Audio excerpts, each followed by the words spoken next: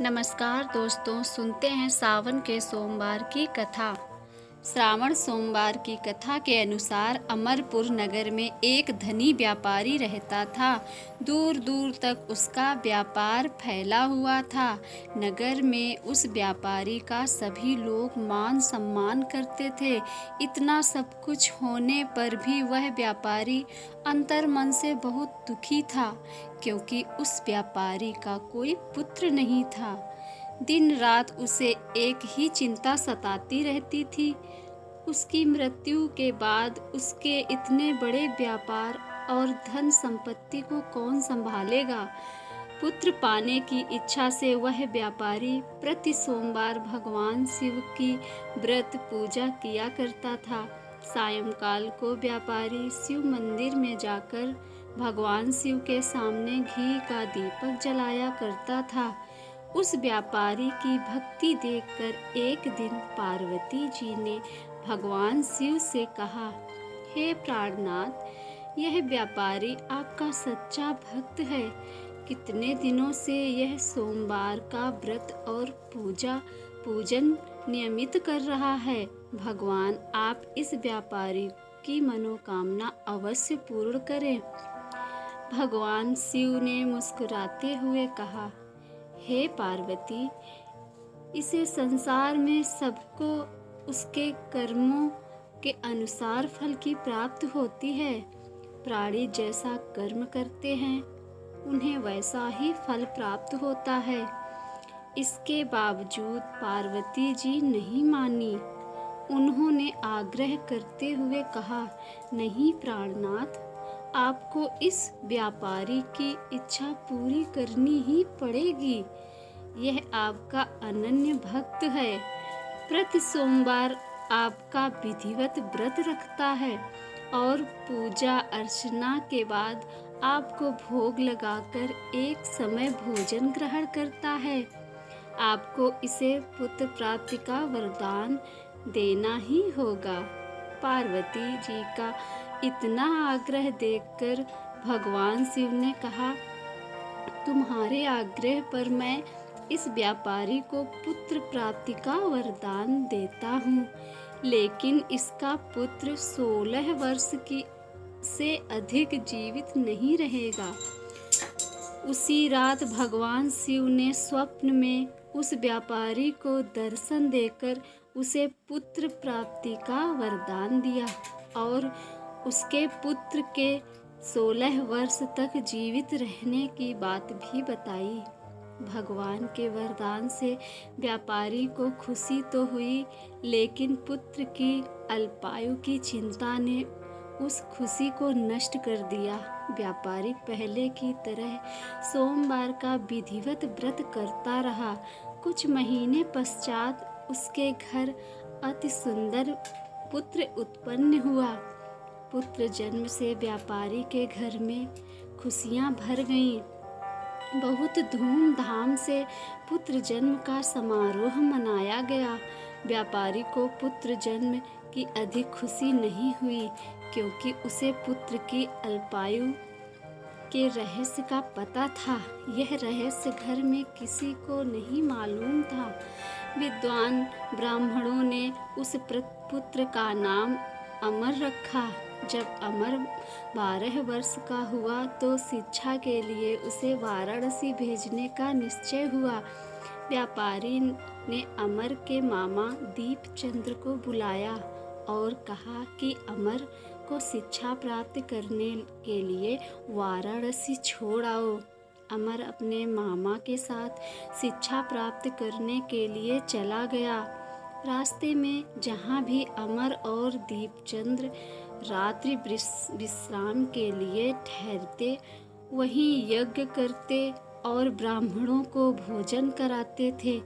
लंबी यात्रा के बाद अमर और दीपचंद्र एक नगर में पहुँचे। उस नगर में राजा की कन्या के विवाह की खुशी में पूरे नगर को सजाया गया था।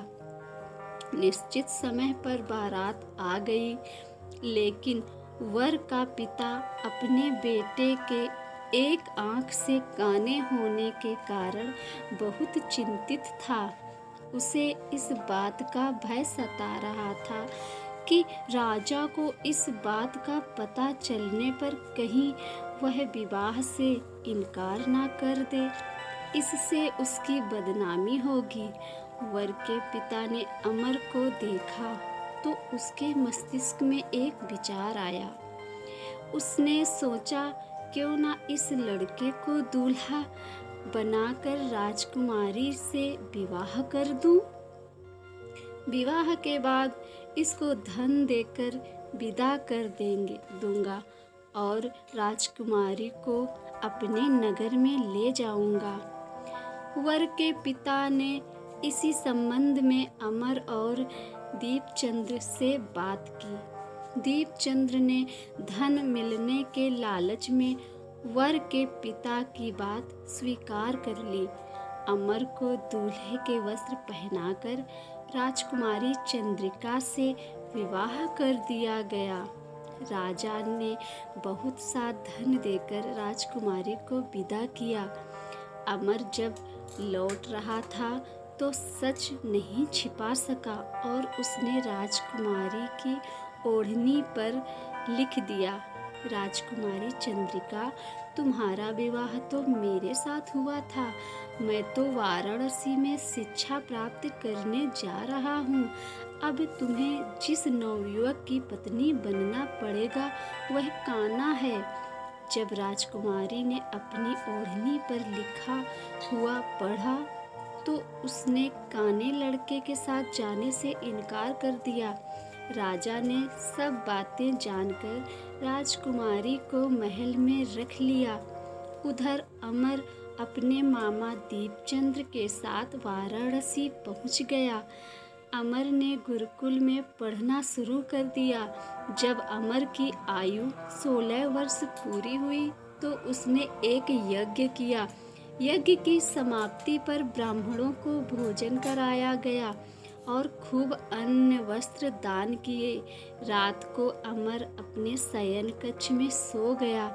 शिव के वरदान के अनुसार शयनावस्था में ही अमर के प्राण पखेरु उड़ गए। सूर्योदय पर मामा अमर को मृत देखकर रोने पीटने लगा। आसपास के लोग भी एकत्र होकर दुख प्रकट करने लगे। मामा के रोने बिलाप करने के स्वर समीप से गुजरते हुए भगवान शिव और माता पार्वती ने भी सुने। पार्वती जी ने भगवान से कहा, प्राणनाथ, मुझसे इसके रोने के स्वर सहन नहीं हो रहे। आप इस व्यक्ति को के कष्ट अवश्य दूर करें। भगवान शिव ने पार्वती जी के साथ अदृश्य रूप में समीप जाकर अमर को देखा तो पार्वती जी से बोले, पार्वती, ये तो उसी व्यापारी का पुत्र है। मैंने इसे 16 वर्ष की आयु का वरदान दिया था। इसकी आयु तो पूरी हो गई।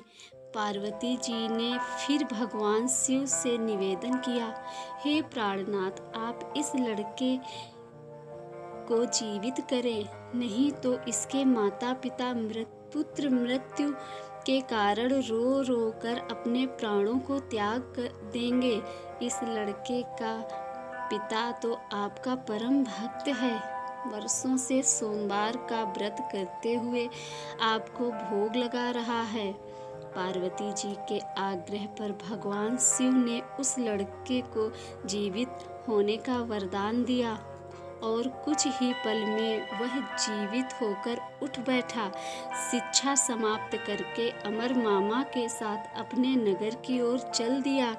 दोनों चलते हुए उसी नगर में पहुँचे जहाँ अमर का विवाह हुआ था।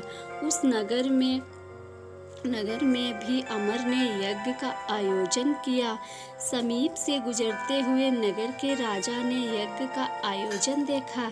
राजा ने अमर को तुरंत पहचान लिया। यज्ञ समाप्त होने पर राजा अमर और उसके मामा को महल में लेकर गया और कुछ दिन उन्हें महल में रखकर बहुत सा धन वस्त्र देकर राजकुमारी के साथ विदा किया।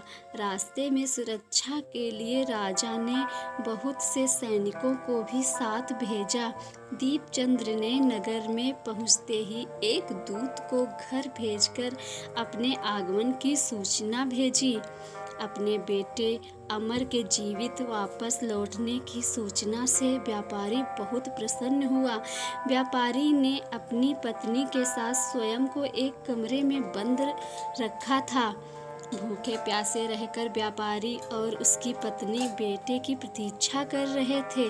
उन्होंने प्रतिज्ञा कर रखी थी कि यदि उन्हें अपने बेटे की मृत्यु का समाचार मिला तो दोनों अपने प्राण त्याग देंगे। व्यापारी अपनी पत्नी और मित्रों के साथ नगर के द्वार पर पहुंचा।